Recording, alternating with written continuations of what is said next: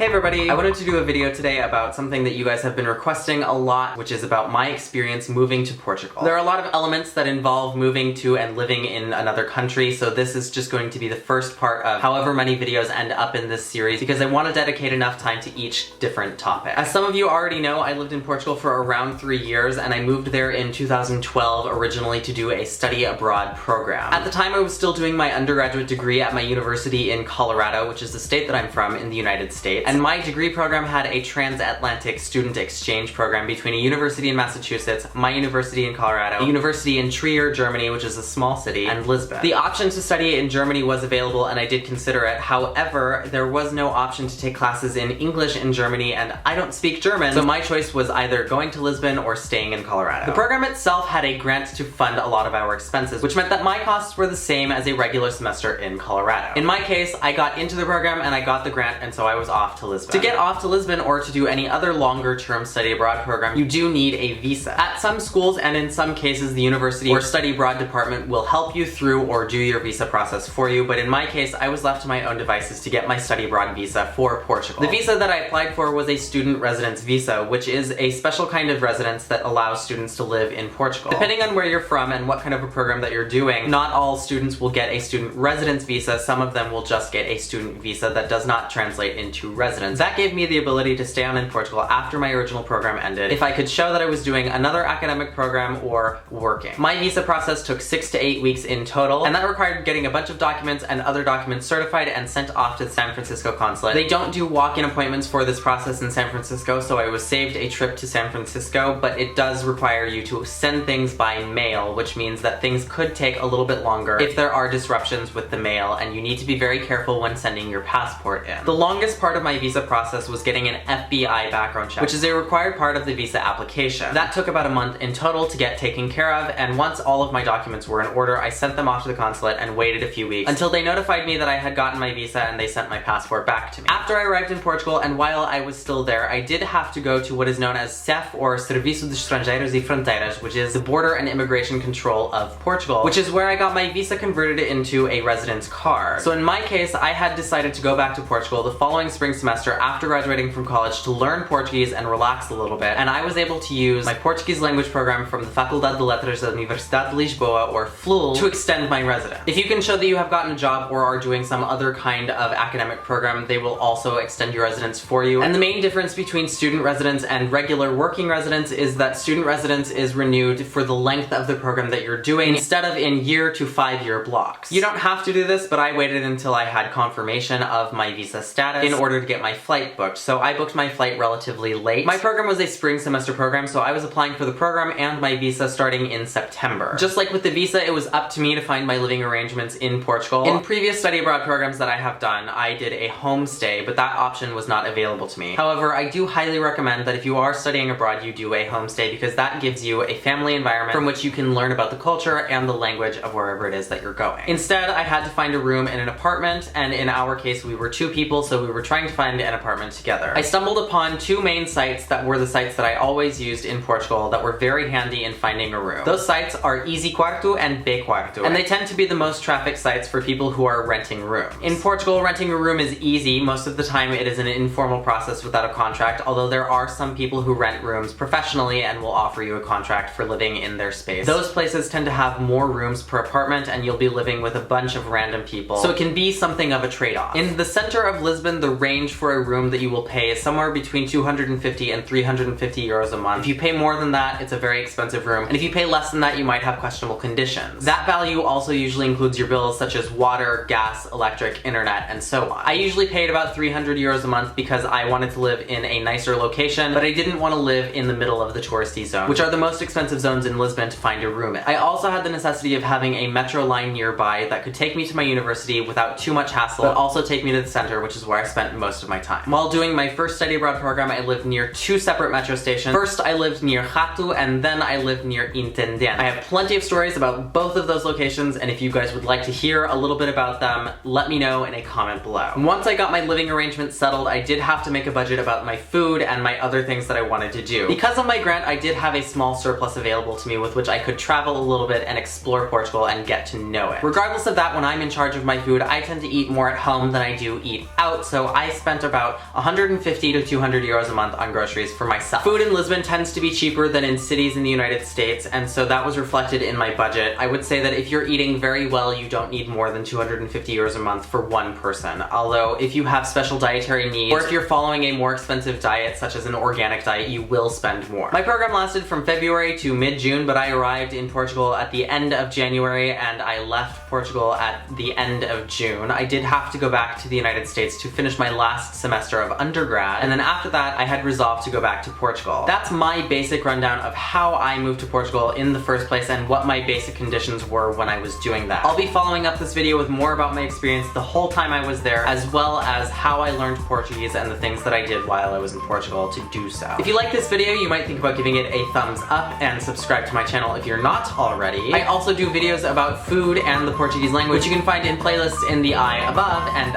I will see you next time.